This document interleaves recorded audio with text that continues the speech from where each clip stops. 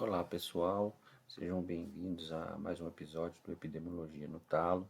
Essa nova temporada eu vou falar um pouco sobre a questão da saúde mental na universidade, né? E hoje eu vou falar de um tema que foi um tema proposto por uma aluna, né? É um tema recorrente entre os alunos, que é a relação professor-aluno, uma oportunidade para além da sala de aula. Foi exatamente essa a proposta que a aluna me encaminhou pelo nosso grupo de WhatsApp. Se você não está no grupo, depois dá uma olhada na descrição aí que você vai achar o link para participar do nosso grupo. Bom, professor, aluno, uma oportunidade para além da sala de aula. Nos próximos minutos eu vou focar aqui no aluno e vou falar um pouco de como que essa relação professor-aluno ela pode desenvolver o aspecto positivo da saúde mental dos alunos e como que ela pode se desenvolver para o aspecto negativo da saúde mental dos alunos. Mas é interessante a gente pensar que essa relação pode ser positiva no aspecto da saúde mental também para o professor, ou negativa, né? Mas eu não vou entrar nessa discussão nesse episódio, tá ok?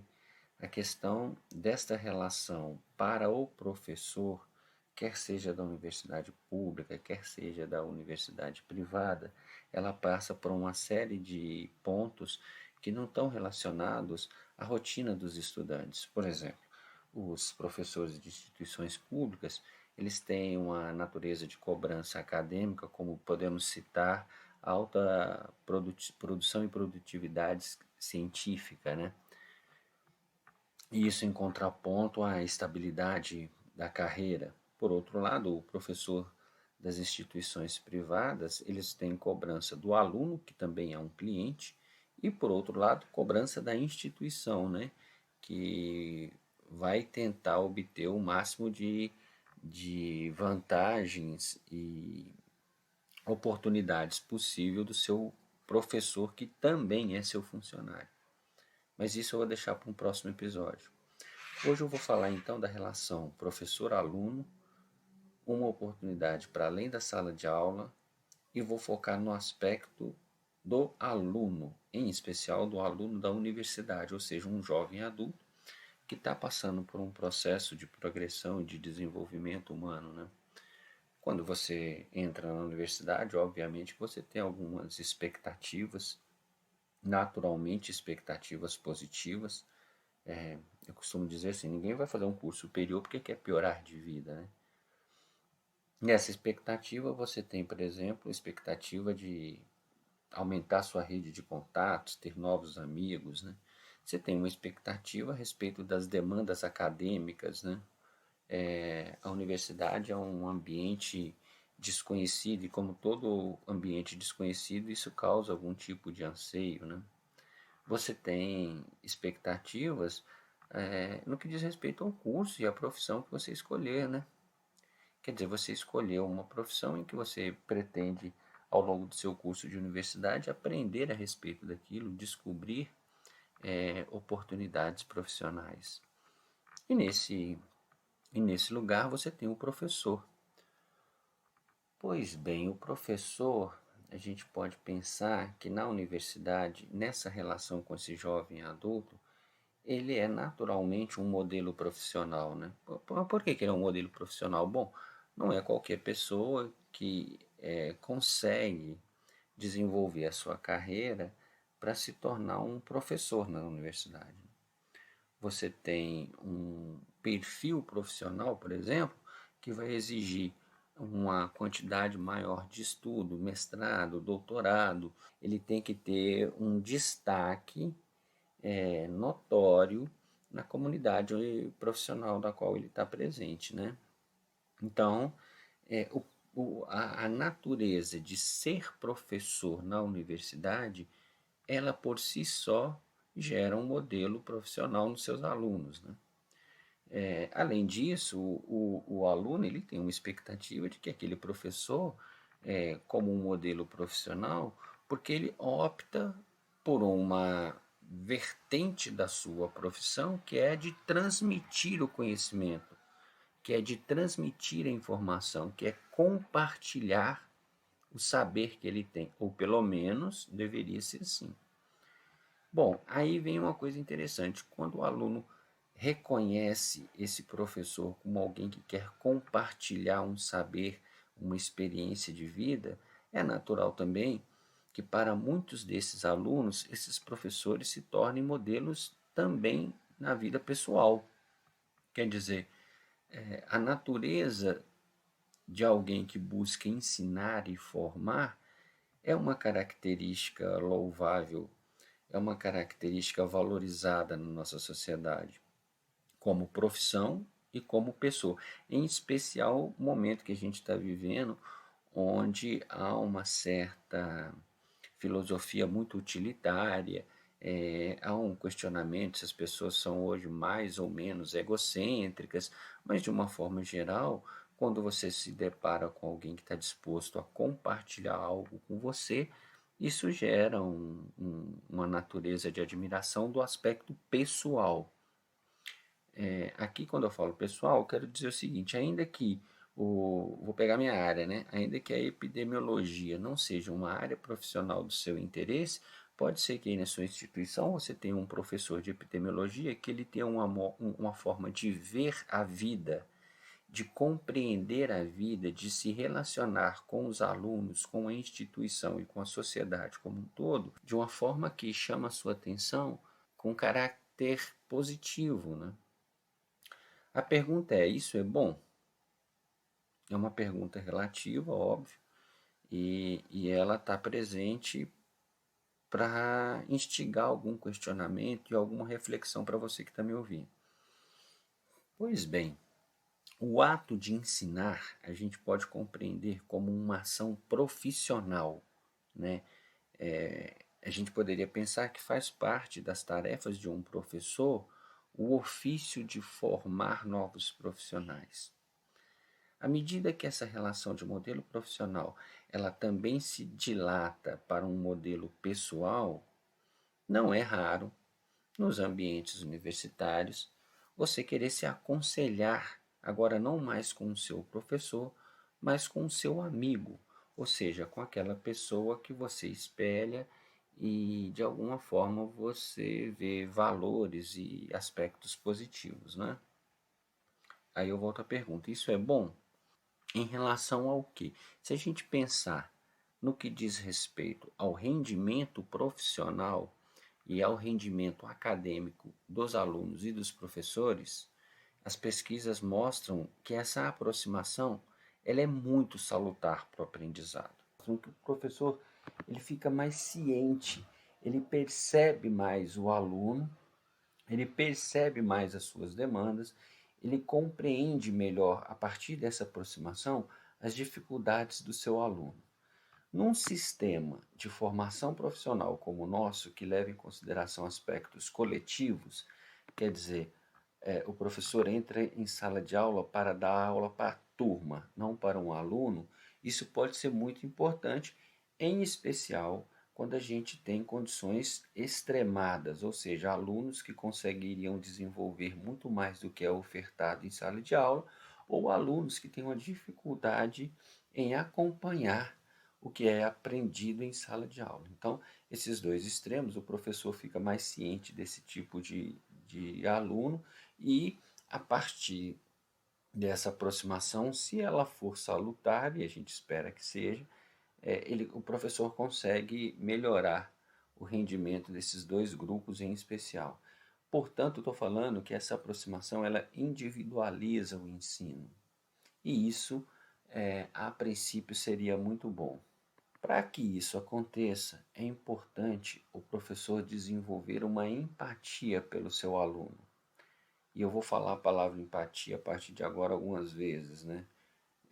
Essa necessidade que o nosso sistema educacional e talvez até a nossa sociedade esteja, a gente está em falta, né?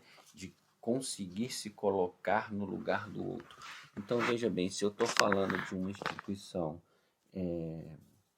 pública ou privada do interior do Brasil, onde você tem alunos que se deslocam dos seus centros de moradia para ir morar numa cidade diferente, onde não é normalmente o local onde essa pessoa cresceu e tem seus vínculos de amizade, essa empatia pode ser muito importante para o bem-estar emocional desses alunos, né? Por questões óbvias, o aluno passa a sentir-se alguém, a ser notado, a ser atendido, alguém que é afetado de forma positiva pela relação desse professor dentro e, por que não dizer, fora de aula, né?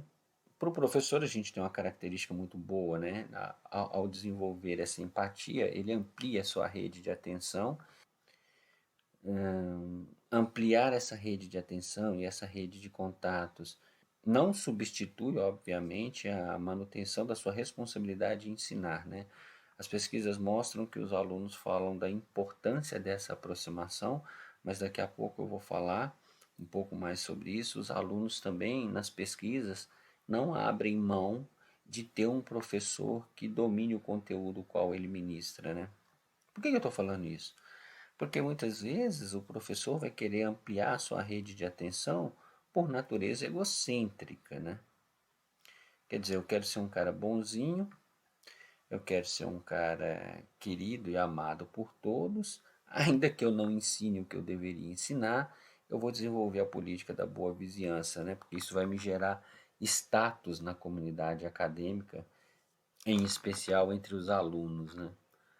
Mas eu não vou aprofundar muito nisso, não. Bom, quando eu falo que o professor tem empatia ela tem um significado, né?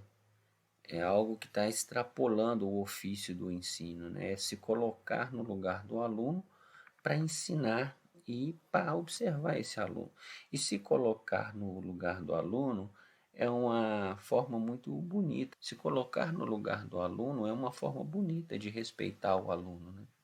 É aceitar naturalmente as dificuldades que ele tem no seu processo de aprendizado, e isso, se o professor souber trabalhar, ele vai melhorar muito a qualidade da aula dele, inclusive, né?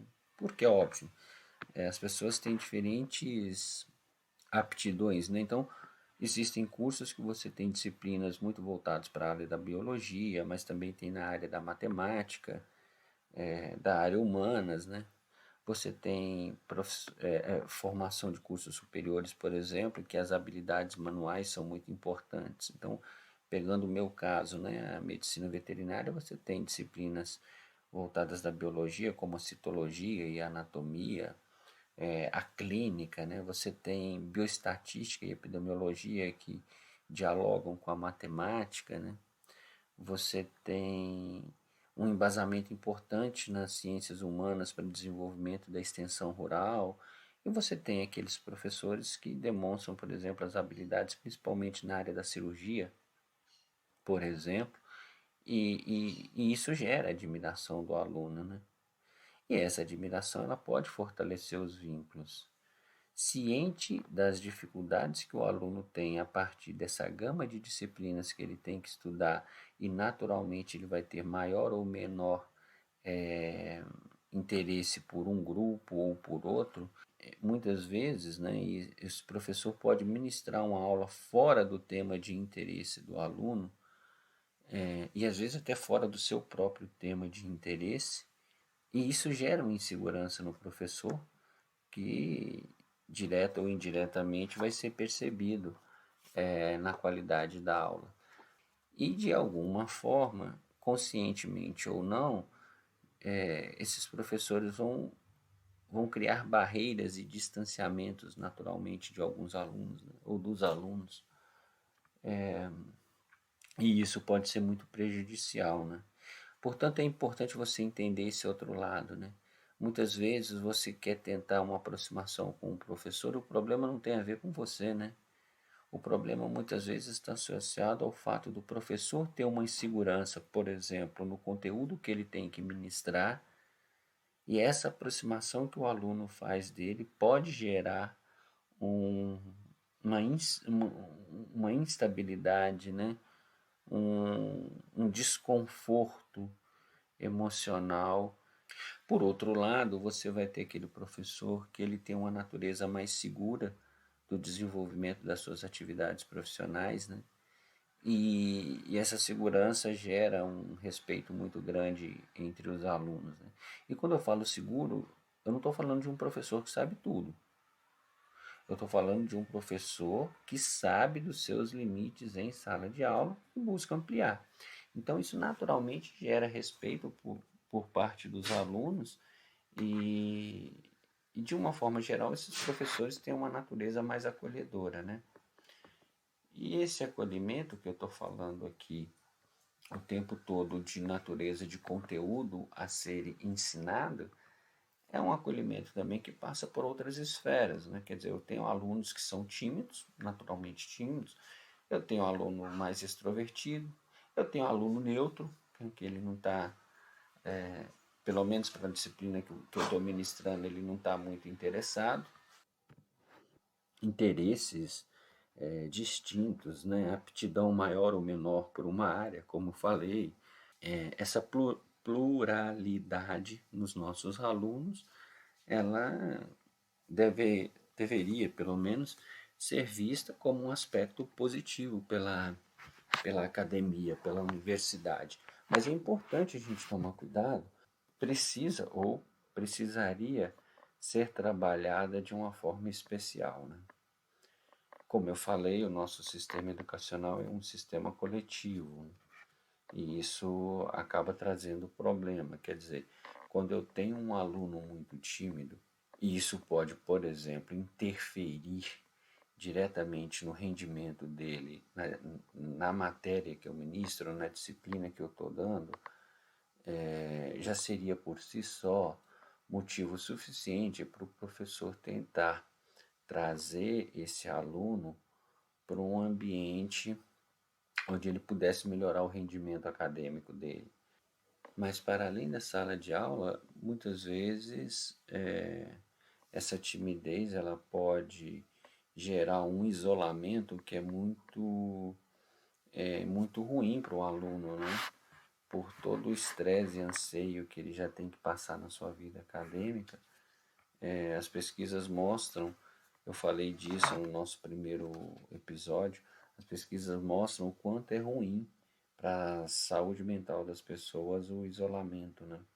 O isolamento social, o isolamento da família e o isolamento acadêmico. Você vai questionar os alunos e eles vão falar o seguinte: olha, um bom professor é alguém que domina um conteúdo, é alguém que sabe ensinar o que ele está falando e é alguém que tem empatia. A empatia é algo citado como muito relevante pelos alunos para caracterizar um professor bom. Portanto, não basta ter um domínio e saber ensinar, mas o professor precisa desenvolver habilidades psicoemocionais para transformar a sala de aula e o ambiente acadêmico num espaço agradável para ele e para os seus alunos, né? Por outro lado, se você pergunta para um aluno o que é um mau professor, ele vai falar que é alguém que não tem didática, ele é alguém que não motiva os seus alunos. É interessante que pesquisas mostram, por exemplo, relatos de que o aluno considera um mau professor alguém que não dá atenção ao aluno, não respeita a cultura do aluno e desenvolve uma atividade, digamos assim, estritamente profissional, entende? Ele entra, ministra a aula dele com o minimamente necessário, de forma muito robótica, né? Sem perceber quem tá diante dele, finaliza a carga horária e vai embora, né? Esse tipo de conteúdo, de aula, ele foi muito comum durante o período da pandemia, né? E isso trouxe muita desmotivação para os dois lados, né? Os alunos não se sentiam motivados por conta da didática, os professores não estavam acostumados a ministrar aula no ambiente virtual. Não dá para você pegar a didática de uma aula presencial e replicar ela dentro do ambiente virtual. E por outro lado, os professores reclamavam muito, né, que não havia uma interação, ele não conseguia motivar ou trazer os seus alunos para interagir com ele no ambiente virtual. Bom, se o aluno ele tem essa percepção de que é um professor bom, que é um professor ruim, É óbvio que ele vai buscar gerar uma relação, né? E de um lado ele vai querer uma aproximação e do outro ele vai se afastar, né? Então, o que que existe? A gente pode pensar num profissional minimamente cauteloso e competente com suas tarefas e com suas funções, né? Um professor que seja minimamente profissional, digamos assim, onde o sistema de educação permite essa natureza de afastar-se, né? E nas universidades públicas, esse padrão hierarquizado, onde existe o docente e o discente, o aluno e o professor, cada um no seu grupo, cada um no seu quadrado, isso é tão relevante que ainda hoje a gente tem normas e leis que ditam as relações no ambiente universitário. Né? O que eu quero dizer com isso? Né?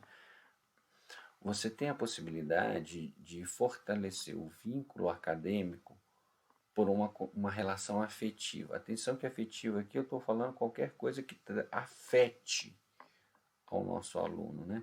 Então as relações de afeto, elas vão ser vistas, por exemplo, como um cenário oportunista.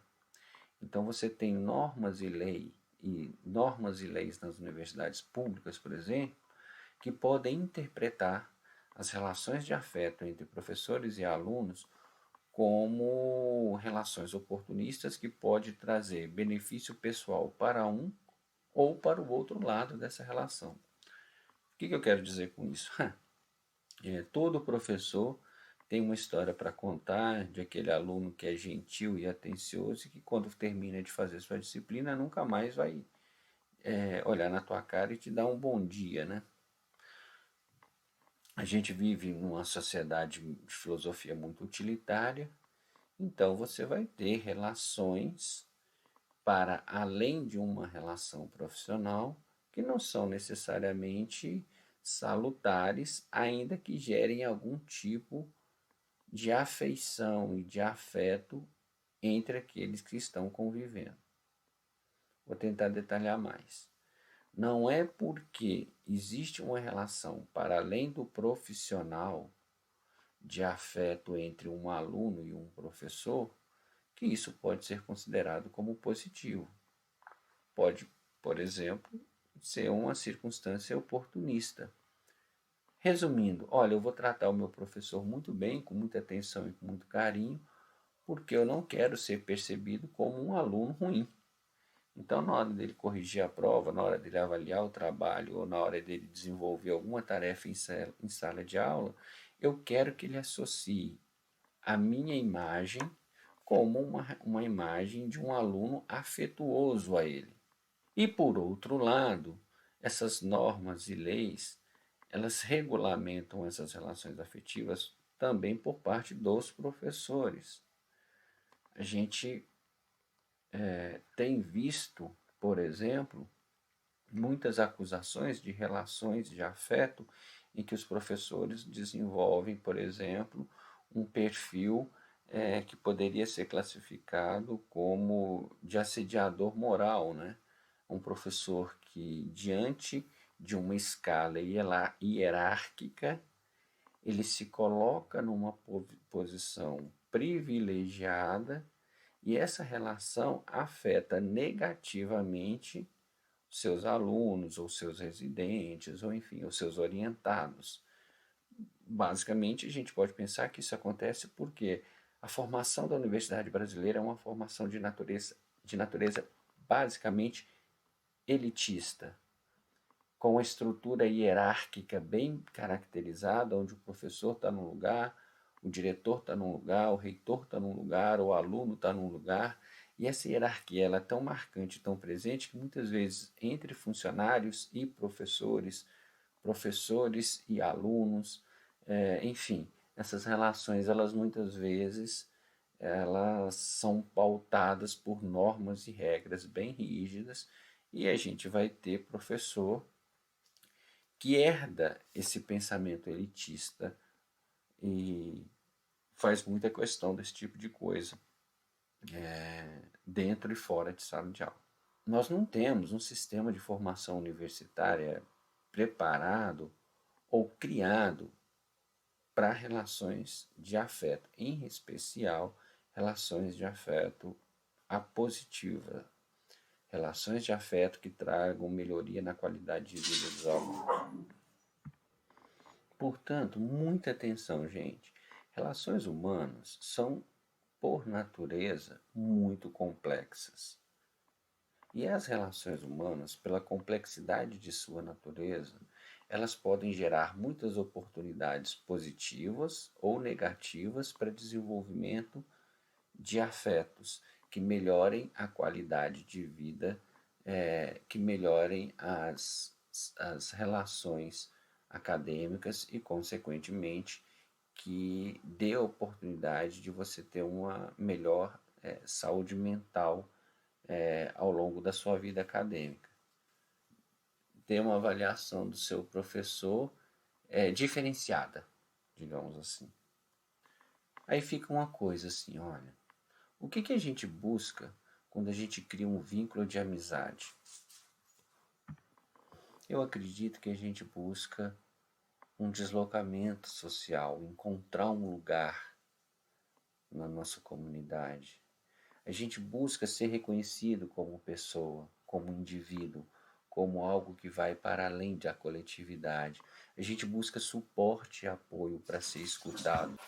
A gente busca suporte para ser escutado e para ser ouvido, para a gente ser acolhido para além dos limites profissionais, para além das habilidades profissionais que o professor, que a academia, que a universidade tem a nos oferecer.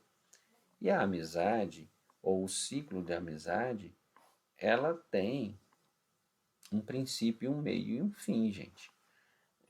Quer dizer, eu tenho amigos da minha época de graduação que eu os trago comigo até hoje, que se houve alguma mudança, essa mudança de rotina, né? Quer dizer, na época da graduação eu encontrava com esse meu amigo o tempo inteiro, né? E hoje eu encontro ele esporadicamente.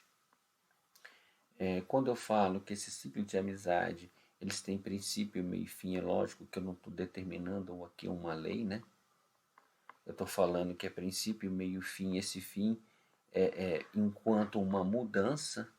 Você hoje, como um jovem que está se estabelecendo no seu lugar, na sua família, na sociedade, na sua profissão, nós temos as melhores expectativas possíveis para que você se torne um adulto e um profissional, e essa mudança, naturalmente, ela gera um fim nesse ciclo da amizade acadêmica, né?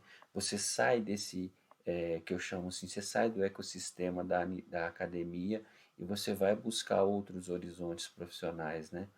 Naturalmente você vai mudar seus valores, seus saberes, suas experiências, não só durante a sua vida acadêmica, mas a sua vida toda, tá bom? Então, se a gente puder finalizar, eu gostaria que você entendesse o seguinte: relações de amizade professor-aluno são muito boas, mas nem sempre. Assim como o aluno, o professor também tem natureza e demandas individuais no desenvolvimento dessas relações. Existe uma condição muito peculiar a cada um, né? Então você vai ter professores, por exemplo, que são muito competentes, mas que eles ainda vivenciam essa ideia de uma academia hierarquizada, mais elitista, em cada um no seu quadrado. E é isso, assim, é importante que você entenda que se as relações afetivas elas estão presentes na academia, elas trazem uma natureza de complexidade que você deve utilizar da melhor maneira possível para o seu amadurecimento profissional, pessoal e afetivo, tá bom? Se você está aqui me ouvindo até agora, eu agradeço muito você pela atenção e até o nosso próximo episódio. Qualquer coisa, você vem aqui na descrição desse vídeo, desse podcast, e você vai ter os links onde você pode entrar em contato e participar do nosso grupo do WhatsApp e receber mais informações sobre o tema saúde mental na universidade. Um forte abraço e até o próximo episódio.